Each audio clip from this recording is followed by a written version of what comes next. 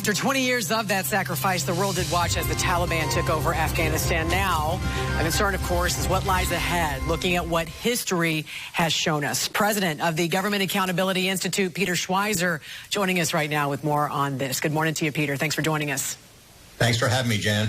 You know, some view the U.S. efforts over the last 2 decades as a waste of human sacrifice and money. If you just look at the numbers, 2,448 U.S. soldiers killed since the war began, 3,846 U.S. contractors killed. You think about all the families and loved ones affected by that here at home, as well as the huge price tag. How much did it cost the U.S. taxpayer? Well, the estimates are that in total the cost was something like $1 trillion, which is an astronomical number. And I think when we look at the failure in Afghanistan, it was not a problem, Jan, with the boots, which are the people that fought so hard for this effort. The problem was with the suits. It was with the bureaucrats and the government agencies. There were massive amounts of waste.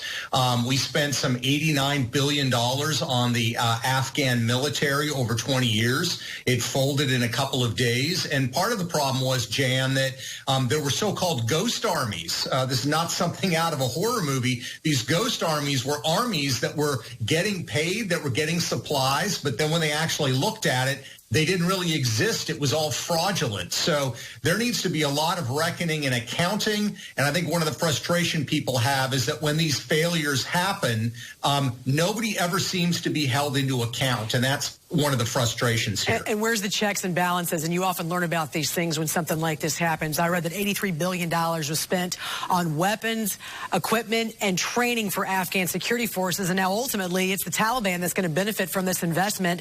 What other resources does the Taliban control that were financed with U.S. dollars, Peter? Yeah, I mean, there's a lot of high-tech weapons that we transferred to the Afghan forces. I mean, they have helicopters, they have drones, they have small arms, they have some rockets. This is the kind of equipment that can certainly be passed to other countries or even terrorist groups. And, you know, the sort of disastrous pullout that we see unfolding before us, there is, of course, the human tragedy, which is the most important, Jan, but you also have huge amounts of U.S. military equipment that has basically been left behind.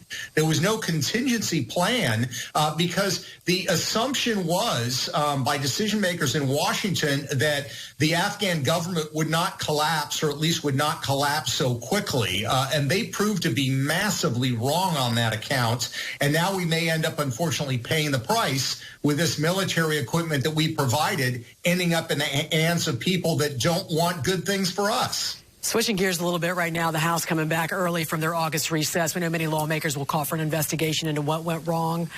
President Biden also calling for an additional $500 million to help relocate the thousands of Afghan allies that we promised we would help.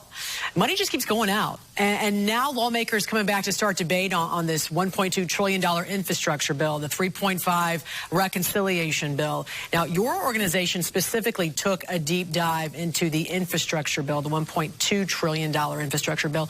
What did you find? How much is actually dedicated to physical infrastructure? It's a great question. I mean, part of the problem, Jan, is that it's such a complex bill. They don't write this in a way that's easy to understand.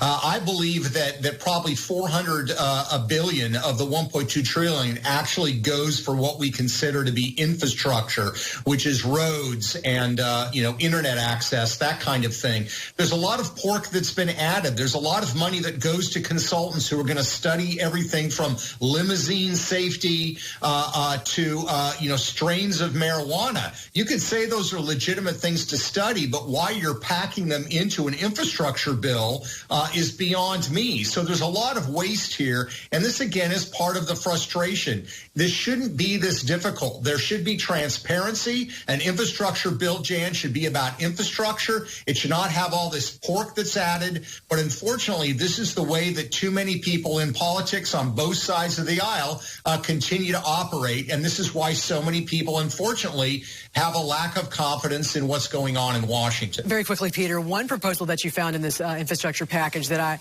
I was reading here was the vehicle per mile user fee. Can you break this down for us? Yeah, we generally tax gasoline. That's the way that we pay for roads. The idea now is that we're going to start taxing people. They're going to have a pilot program and study it. And oftentimes when the government has a pilot program to raise revenue, you can count on it to coming forward.